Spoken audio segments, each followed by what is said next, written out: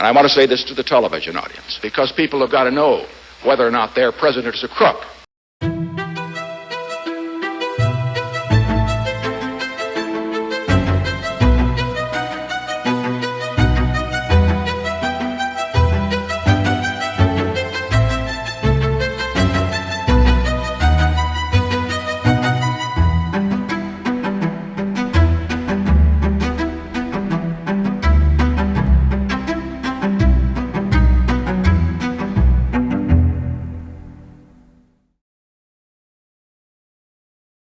Hi, my name is Eric Harrison, and welcome to part 3 of Kamala Harris versus Donald Trump in a debate, where this time we will be looking at Kamala Harris's strengths and weaknesses on the debate stage, and why there's a good chance that she might lose a rematch to Donald Trump. I'm an independent voter, so I'm neutral on this topic, and I'm telling you, this is real, and you're going to want to see this.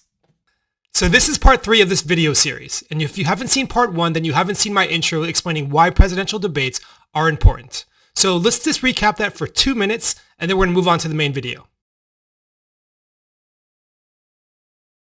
Now, there are some people out there who say that debates don't really matter because they believe that most people are determined to vote their ideological differences no matter how badly their candidate performs, or no matter what the opposition says.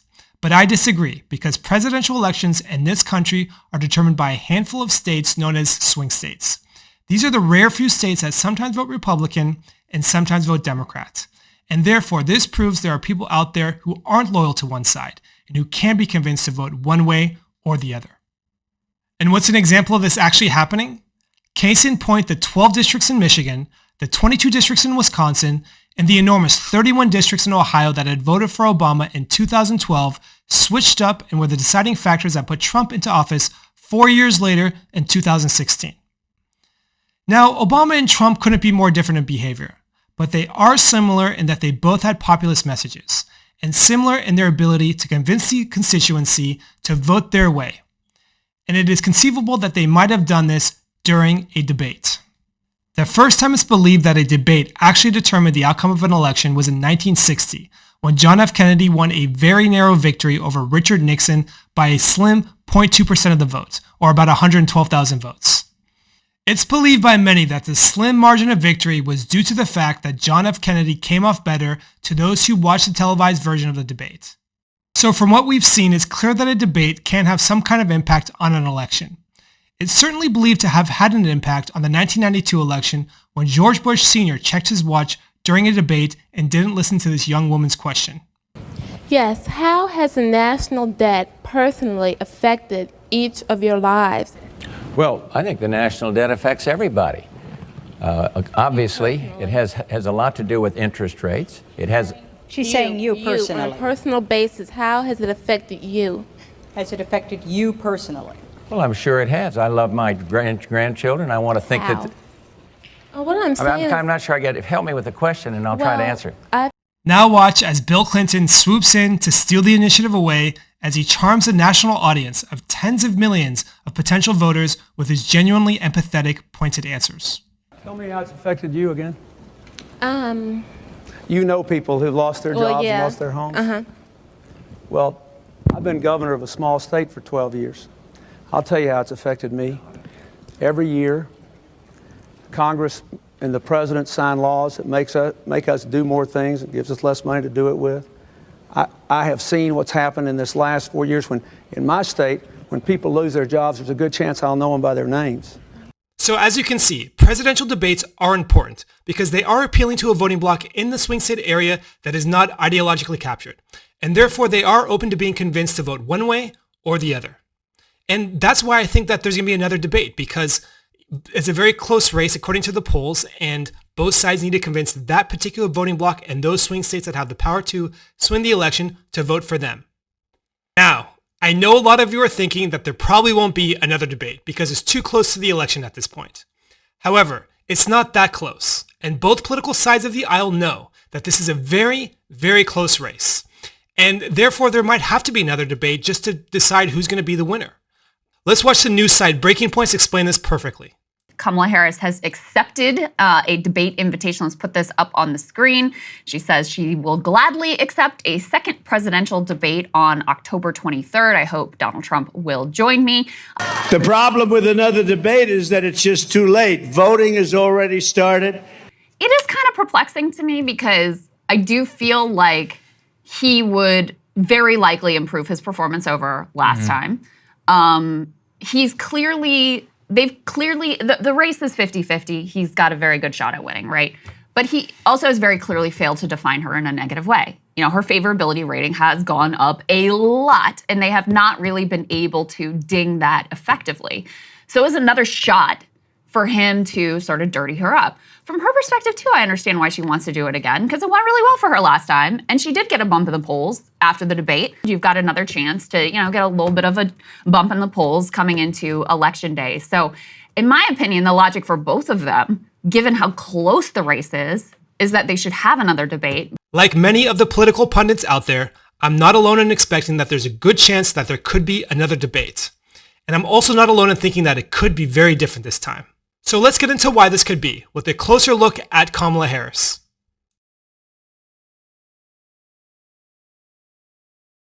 We all saw the last debate between Donald Trump and Kamala Harris, and we saw Kamala win what looked like a pretty clear victory over Trump. During this debate, she delivered her points well in a very clear and linear fashion. I believe in the ambition, the aspirations, the dreams of the American people. And that is why I imagine and have actually a plan to build what I call an opportunity economy. We know that we have a shortage of homes and housing, and the cost of housing is too expensive for far too many people. And I intend on extending a tax cut for those families of $6,000. And she baited him away from topics that were damaging to her, such as inflation, by playing on his weakness to being prone to losing focus and just saying dumb shit. And I'm going to invite you to attend one of Donald Trump's rallies, because it's a really interesting thing to watch.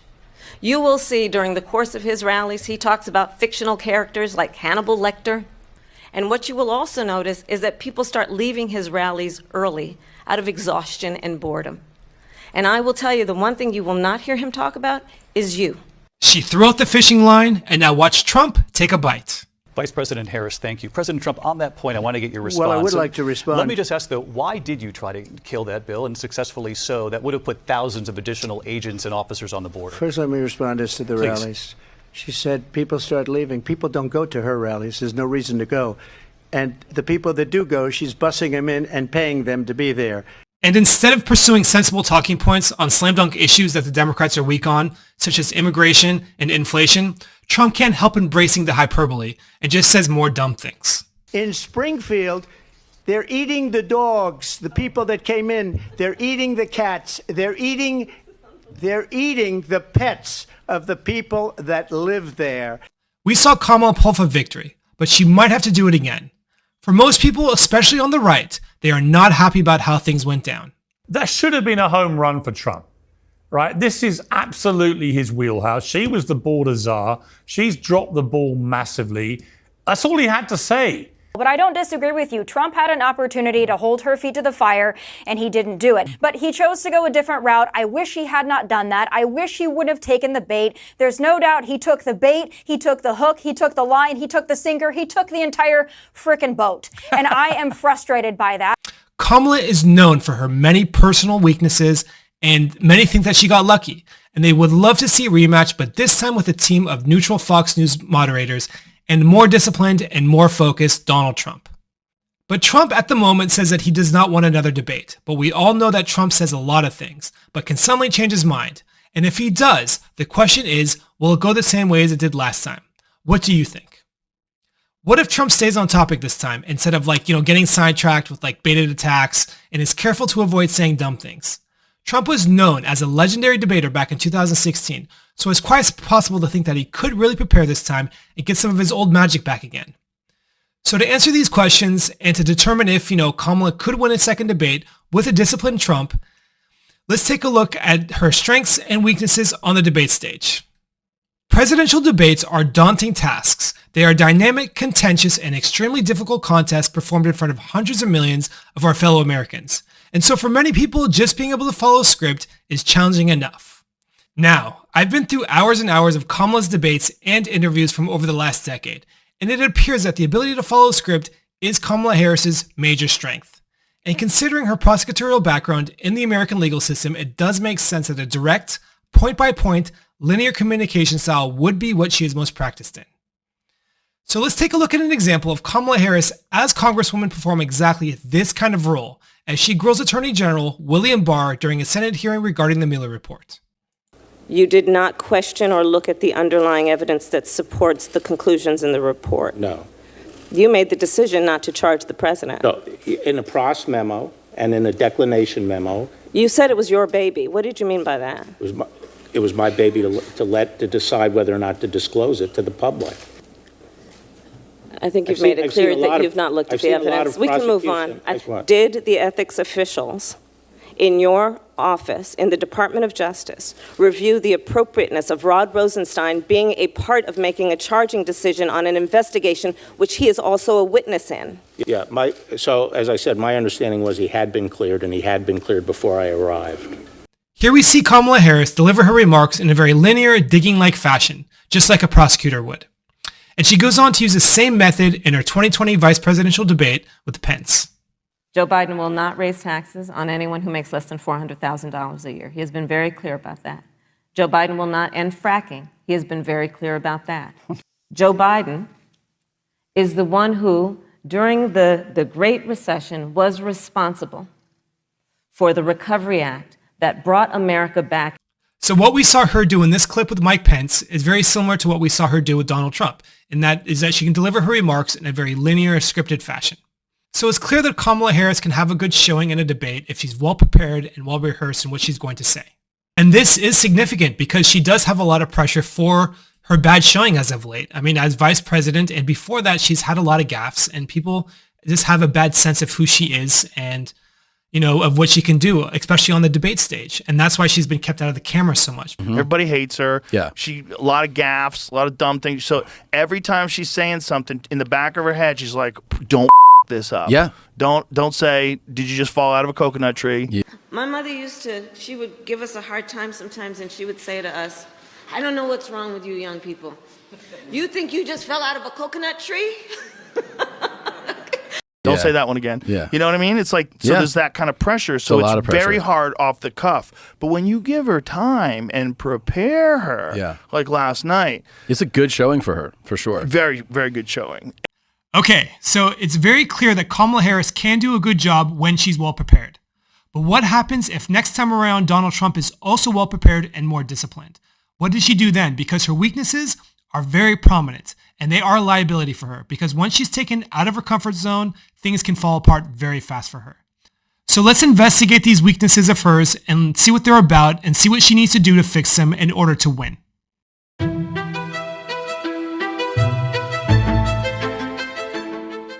Debates are so much more than just following a script. Remember, this is not the world of civilized debaters like champion Bo Seo, who are just looking for the truth and are willing to sit down and follow the rules closely and discuss a topic amicably with no ego or trick up their sleeves. No. Political debates are brawls, where opponents win by any means necessary.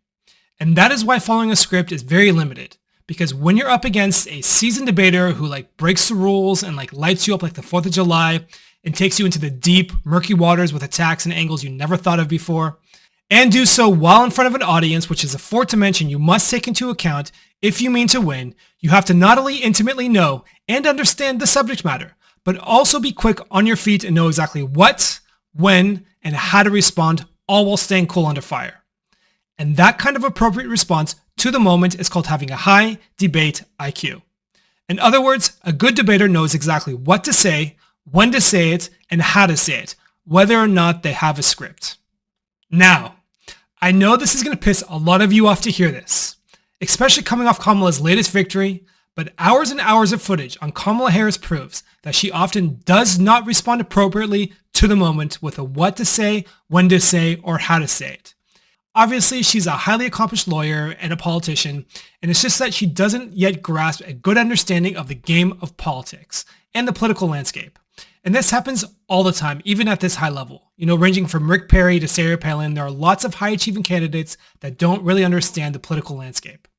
So for some context, what does it look like when someone does understand the game of politics and the political landscape and knows exactly what, how, and when to say it? For example, Ronald Reagan knew what to say when questioned about his old age being a possible hindrance to him performing his duties as president. Not at all, Mr. Truitt, and I want you to know that also I will not make age an issue of this campaign. I am not going to employ.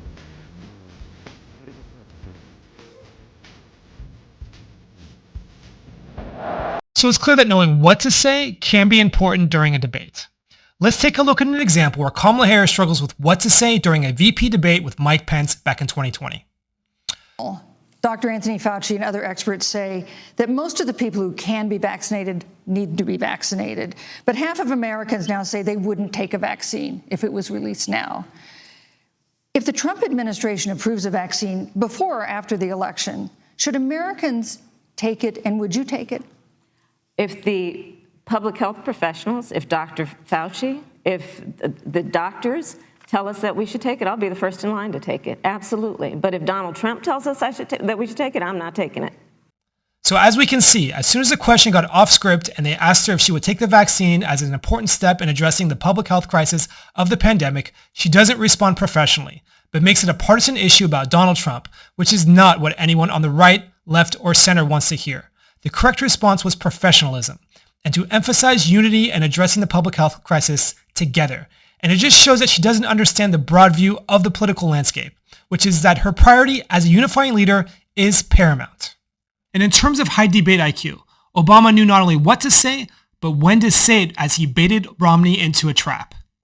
You said in the Rose Garden, the day after the attack, it was an act of terror.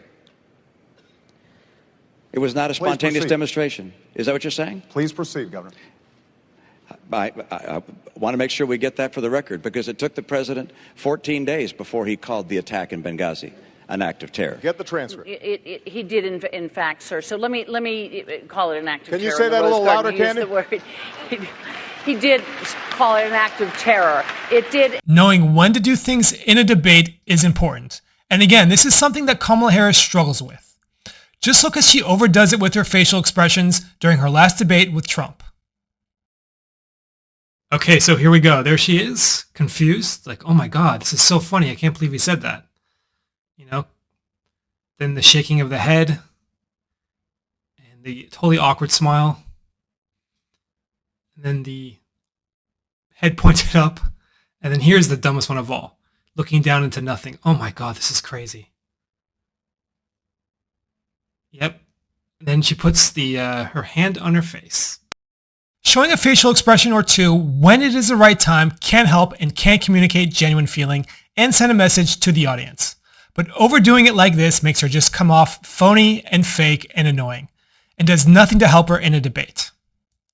To be a good debater, you must also know how to say it. Look how Bernie Sanders responds without anger or attitude and brushes aside these attacks and stays laser focused on making this about the American people and their lives, showing his leadership in making it about them and not about himself.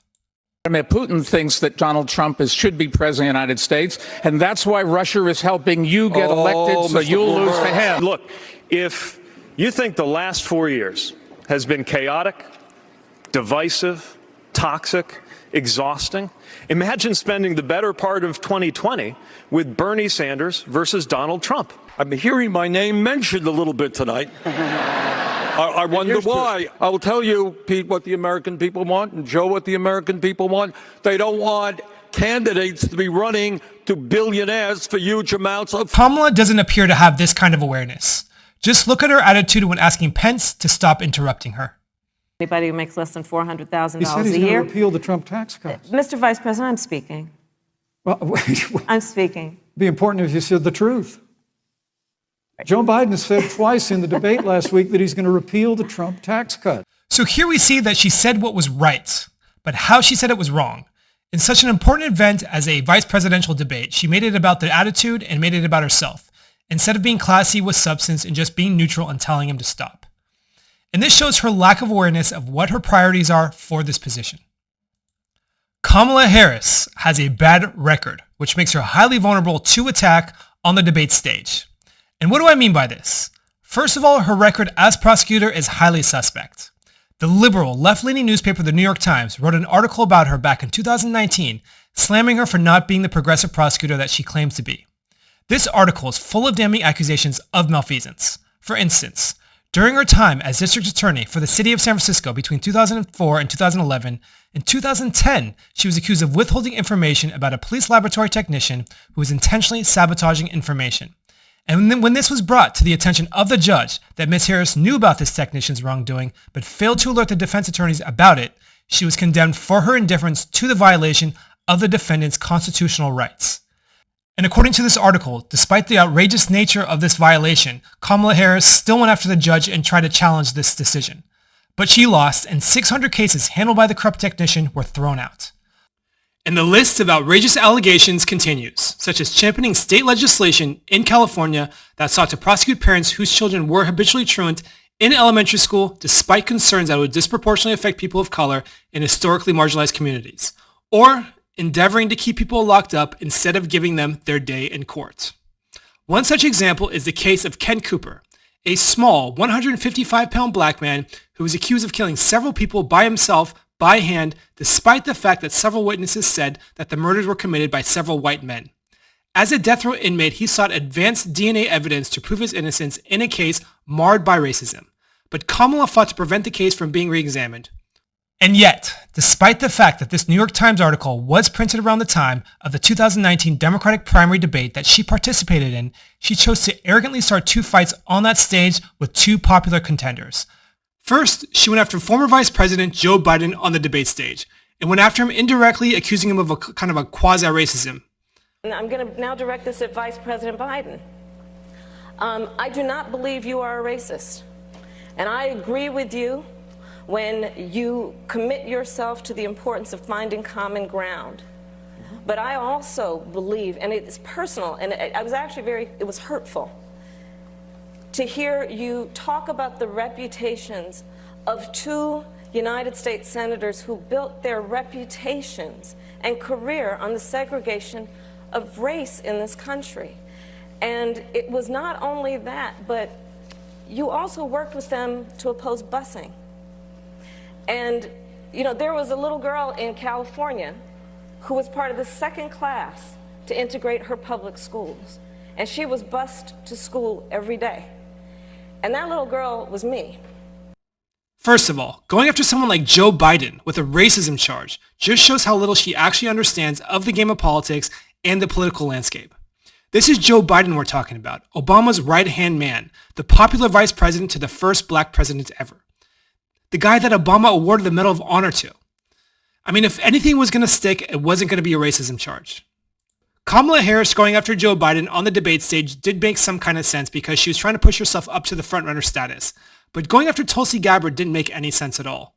I think that it's unfortunate that we have someone on the stage who is attempting to be the Democratic nominee for President of the United States, who during the Obama administration spent 4 years full-time on Fox News criticizing President Obama, who has spent full-time criticizing people on this stage as affiliated with the Democratic Party. When Donald Trump was elected, not even sworn in, buddied up to Steve Bannon to get a meeting with Donald Trump in the Trump Tower, fails to call a war criminal by what he is as a war criminal, and then spends full time during the course of this campaign, again, criticizing the Democratic Party. Why would Kamala Harris go after Tulsi Gabbard when she already has her hands full with Biden? Tulsi Gabbard wasn't exactly a frontrunner, and she was another woman and another woman of color, and the only other woman of color on that stage, and yet Kamala Harris viciously attacked her, and it didn't make any sense, and it made Kamala Harris kind of look like a bully. And of course, these two were not going to take this lying down. Joe Biden hit back. What Senator Harris just said. When Senator Harris was the Attorney General for 8 years in the state of California, there were two of the most segregated school districts in the country. And she did not, I didn't see a single solitary time she brought a case against them to desegregate them. Secondly, she also was in a situation where she had a police department when she was there that in fact was abusing people's rights. And the fact was that she in fact was told by her own people, that her own staff, that she should do something about and disclose to defense attorneys like me that you, in fact, have been, the police officer did something that did not give you information that would exculpate your client. She didn't do that. She never did it. And so what happened? Along came a federal judge and said, enough, enough, and he freed 1,000 of these people. And then Tulsi Gabbard rolled up her sleeves and completely finished Kamala off. Now, Senator Harris says she's proud of her record as a prosecutor and that she'll be a prosecutor president, but I'm deeply concerned about this record. There are too many examples to cite, but she put over 1,500 people in jail for marijuana violations and then laughed about it when she was asked if she ever smoked marijuana. She blocked evidence. She blocked evidence that would have freed an innocent man from death row until the courts forced her to do so. She kept people in prison beyond their sentences to use them as cheap labor for the state of California. And she fought to keep cash bail system in place that impacts poor people in the worst kind of way. After this thorough beating, Kamala Harris's poll numbers completely bottomed out and she dropped out of the race. So Kamala Harris not only has a bad record as a prosecutor, which blew up in her face back in 2019, but when she became vice president, her reputation continued to sour. Under her tenancy as border czar, it's said that up to 10 million illegal immigrants have entered the United States at a time when the economy is marred by inflation and many voters are living paycheck to paycheck, where housing is already in short supply and rents are steadily rising. Added to this, her staff was quitting around her, which has just added fuel to the fire for her bad reputation. And of course, her cringe highlight reel of bad moments as vice president with gaffe. You think you just fell out of a coconut tree? After gaffe. We all believe that when we talk about the children of the community, they are the children of the community. After gaffe. So the United States shares a very important relationship, which is an alliance with the Republic of North Korea. So it's clear that Kamala Harris has a bad record in all the ways that matter. And it's clear that not only is her reputation highly vulnerable to attack, but going after her bad record has shown to work in the past as a means by which to further sour her reputation. And taking into account her first weakness of not understanding how to respond because she doesn't understand the political landscape, it's safe to assume that she wouldn't know how to defend herself once her record is exposed. So the question that many people are asking themselves now after seeing all those weaknesses is, why doesn't Trump rematch her? And the answer is, it's a lot of risk, especially since Trump has performed horribly in 2 of his last couple of presidential debates, and that risking another flogging on stage might not be worth it. And there is also the fear that maybe Kamala has changed. I mean, maybe she's actually changed because of her impressive victory, many people are wondering if Kamala has actually changed as a politician. And if she finally understands the game well enough to actually do the job and to see how the political landscape, unfolds before her. But I don't think so. And the reason I don't think so is it's not just because she was making faces during the last debate. I mean, it's because of what I saw after the debate. Because not long after that, Kamala Harris did an interview where she sounded off, and very much like the Kamala Harris of old, which is highly scripted talking points, that she just kind of repeats in a robotic fashion. But this time, her talking points were almost word for word, similar to the talking points that she made during the debate with Trump. So let's take a look at this interview. But let's take a look at this interview through the lens that Fox News provided, where they compared her last debate talking points with this interview's talking points and showed how they're almost identical in word for word.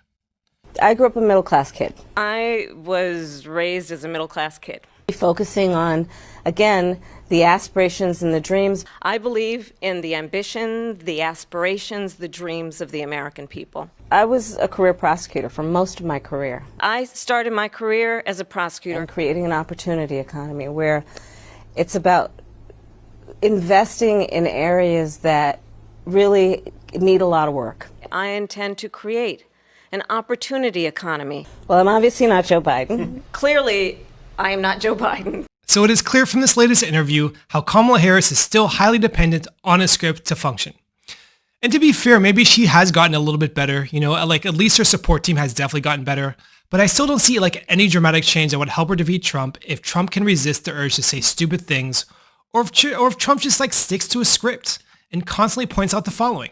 Number 1, the serious allegations against her while DA in California.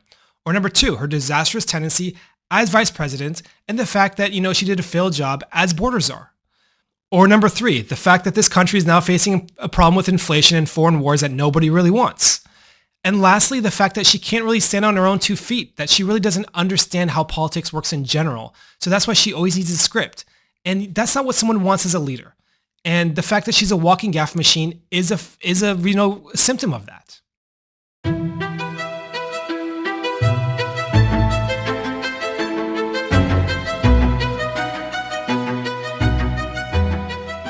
So the only question left to answer now is, how does Kamala Harris win another debate with Donald Trump? And if you think it's going to be easy like last time, it's probably not going to be. Because Donald Trump does show the ability to learn from his past mistakes. Just like in the first debate with Biden during the 2020 presidential debates, he was very interrupting and loud and rude. But this time around with Kamala Harris, he was quieter and he just kind of kept to his time frame. And so, especially the people around Donald Trump and the ego he has, he's going to want to do a better job.